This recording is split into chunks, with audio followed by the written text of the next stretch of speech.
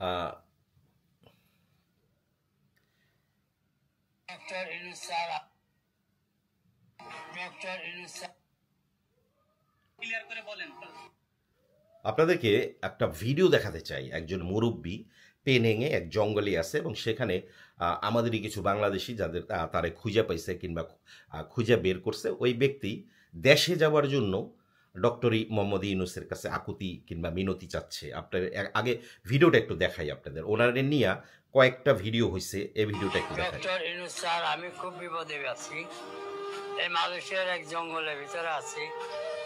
আমার দুইটা চোখ নষ্ট হয়ে গেছে, পায়ে কিছু খুজলে পাথর হয়ে গেছে।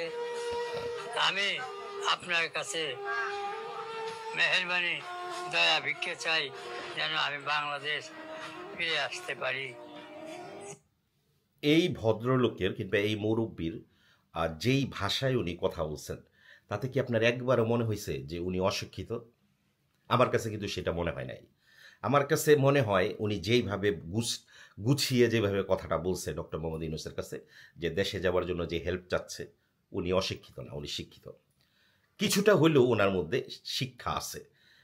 যেই ব্যক্তির মধ্যে শিক্ষা আছে তিনি সাধারণত জানে যে ওনার দেশে যেই ব্যক্তির মধ্যে বিন্দুমাত্র শিক্ষা আছে কিংবা ওনার মধ্যে যার মধ্যে শিক্ষা আছে, সে জানে কিভাবে কথা গুছিয়ে বলতে হয়। Come to the point. সে জানে কিভাবে কথা গুছিয়ে বলতে হয়। আচ্ছা, এবার পয়েন্টে আসি। এখানে যারা ওনারে নিয়ে এই ভিডিওটা করছেন, কথাগুলি প্রথমে আপনাদের উদ্দেশ্যে বলবো, তারপরে কিছু কথা বলবো এই মুরব্বী যারা আছেন কিংবা ওনাদের বয়সে যারা আছেন তাদের উদ্দেশ্যে। প্রথম কথাটা হচ্ছে, যারা এই ভিডিওটা করছেন, আপনারা ইচ্ছে করলে ওনার একটা জন্ম নিবন্ধন বাংলাদেশ থেকে বানাতে পারেন, একেবারেই সোজা, কোনো ঝামেলা হইব না। 100 টাকা খরচ হইতে পারে খুব বড় জোর। উনি যেই গ্রামের বাসিন্দা সেই গ্রামের চেয়ারম্যানের কাছে গেলে ওনার তথ্যটা দিলেই সেই গ্রাম থেকে ওনার একটা জন্ম নিবন্ধন দিয়ে দিবে। কিংবা আপনি যদি ওনার গ্রামে না গিয়া অন্য কোনো গ্রামের থেকে আপনি একটা জন্ম নিবন্ধন বানাতে পারেন বাংলাদেশে। যাই হোক, এখন কথা হচ্ছে, জন্ম নিবন্ধন বানানোর পরে আপনি বাংলাদেশ এম্বাসিতে যদি যান, একটা ট্রাভেল পাস উঠাবেন, 55-60 টাকা নেবে, ওনার স্বয়ং যাইতে হবে।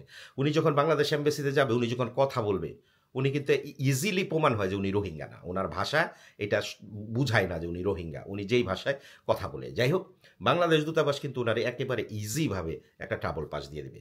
এবং ট্রাভেল পাস দেওয়ার পরে আপনি একটা টিকিট কাটতে পারেন 5 থেকে 600, বড় জোর আপনার যেই কয়জন ওখানে গেছেন এই লোকের ভিজিট করতে, 50 টাকা করে দিলে কিন্তু ওনার টিকিট হয়ে যায়। তো এই এই যে সমস্যাটা, এটা সমাধান হয়ে যায়। এখন যদি আপনারা টিকিটের টাকা না দেন, পেনাংয়ে অনেক প্রভাবশালী বাঙালি আছে, অনেক, আমার আমার দেখা অনেক।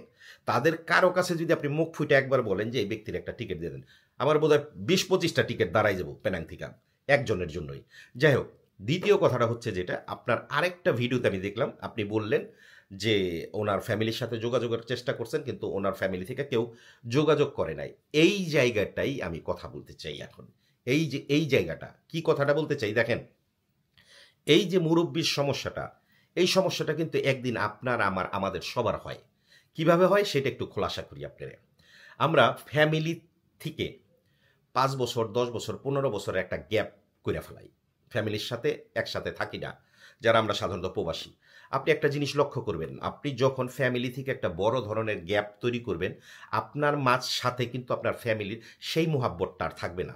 আপনি প্রতি মাসে টাকা দেন, ফ্যামিলিরে বাড়ি করে দিচ্ছেন, গাড়ি করে দিচ্ছেন, ছোটো ভাইরা পড়াশোনা করাইছেন, মায়ের চিকিৎসা করতেছেন, বাবারে হজে পাঠাইছেন, বাবার চিকিৎসা করতেছেন, আপনার লাইফের প্রতিটা টাকা ফ্যামিলির পেছনে আপনি ব্যয় করছেন। কিন্তু তারপরেও যখন আপনি বিপদে পড়বেন, এদের মাঝখান থেকে 90 জনের মধ্যে 100 জনের মধ্যে 90 জনই আসবে না আপনার জন্য। আর বিশেষ করে যখন আপনি 15 বছরের একটা গ্যাপ তৈরি করবেন, যে 15 বছরের একটা গ্যাপ, 5 বছরের একটা গ্যাপ, 10 বছরের একটা গ্যাপ, আপনার সাথে কিন্তু আপনার ফ্যামিলির সেই ভালোবাসাটা থাকবে না, যেই ভালোবাসাটা আপনার ভাই বাংলাদেশে আছে, যেই ভালোবাসাটা আপনার বোন আপনার ফ্যামিলির সাথে আছে, তাদের মধ্যে যেই ভালোবাসাটা থাকবে, সেই ভালোবাসাটা আপনার সাথে থাকবে না। কাজী একটা জিনিস স্মরণ রাখতে হইব, যে আপনি বিদেশে ততক্ষণই থাকেন যতক্ষণ আপনার প্রয়োজন। এবং আপনি যদি একটা টাকা ধরেন যে আপনি বিদেশে ততক্ষণ থাকেন যতক্ষণ আপনার প্রয়োজন, এবং বিদেশে যেই ইনকামটাই করেন, আমি আপনার একেবারে ছোট্ট করে বলি যে সেই ইনকামের থেকে একটা অংশ আপনার নিজের জন্য রাখেন। দেখেন এই মুরব্বি দীর্ঘ 15 বছর মালয়েশিয়াতে, কেন ওনারে মানুষের হেল্প নিতে হবে? যদি আমি এখানে প্রশ্ন করি কেন নিতে হবে? এই ব্যক্তি 15 বছর মালয়েশিয়াতে, তিনি কি কাজ করেন এই মালয়েশিয়াতে? গত 15 বছর আগে মালয়েশিয়াতে প্রচুর কাজ ছিল। ওনাকে কেন জঙ্গলে থাকতে হয়? শুধুমাত্র এই কারণে জঙ্গলে থাকতে হয়, যখন আপনার বয়স হয়ে যাবে দেখবেন যে আপনার ফ্যামিলি আপনারা নিতে চাইব না, আপনি অকেজো হয়ে যাবেন, আপনি কাজ করতে পারবেন না। একটা সময় আপনি বাংলাদেশি যারা কমিউনিটি আছে তাদের কাছে গিয়ে কারো কাছে 20 টাকা চাইবেন, কারো কাছে 50 টাকা চাইবেন, কারো কাছে 100 টাকা চাইবেন। একদিন 2 দিন আমি হেল্প করব, আপনি হেল্প করবেন, আরেকজন হেল্প করবে, এবং একটা সময় দাঁড়াবে যখন অনেকেই হেল্প করতে চাইবে না, কারণ অনেকে মনে করবে দূর এই ব্যক্তি প্রতিদিন আসে। কিন্তু উনি তো আসে, উনি অকেজো, উনি কাজ করার মতো সক্ষমতা নাই ওনার, ওনার তো খাইতে হবে, ওনার তো চলতে হবে, দ্যাটস ওয়াই উনি আসে। কিন্তু আমরা মানুষ এটা অনেক সময় মাইনে নিতে পারি না, দূর উনি প্রতিদিন আসে, এ কারণে কিন্তু একটা সময় আমরা ওনারে কিছু দিব না, আর তখনই ওনাদের মতো মানুষগুলি জঙ্গলে গিয়া থাকে। আরেকটা জিনিস এখানে বলতে চাই আমি, যে ওনাদের মতো যারা আছেন মালয়েশিয়াতে, যে আপনারা বয়স 60-এর উপরে হয়ে গেছে, আমার বোধ হয় আপনি দেশে চলে যান, এটা বেটার। আমি মনে করি যে আপনি দেশে চলে যান, এই দেশে থাকাটা আপনার জন্য ঠিক হবে না। আমরা অনেক লাশ যারা বাংলাদেশ থেকে তাদের পরিবার নিতে চায় না, এমনও লাশ আমরা এখানে দাফন দিতে হয়েছে, কবর দিতে হয়েছে, লাশ বাংলাদেশ থেকে নিতে চায় না। মেয়ে আছে, মেয়ে নিতে চায় না। ছেলে আছে, ছেলে দিতে চায় না। ছেলে বলে আমার বোনের সাথে কথা বলেন, বোন বলে ভাইয়ের সাথে কথা বলেন। এই হলো প্রবাসীদের সমস্যা। কাজেই আমি একটা কথা এখানে সর্বশেষে, ভিডিওটা আর বড় করবো না, সব শেষে একটা কথাই বলতে চাই, যারা এই বয়সের আছেন, যে আপনার যদি কোনো অবলম্বন না থাকে বিদেশে, যে আপনি কোনো চাকরি করেন না, আপনি এভাবে পড়ে রয়েছেন, আমি বলবো যে একটা ট্রাভেল পাস নিয়ে দেশে চলে যান, এটা আপনার জন্য ভালো।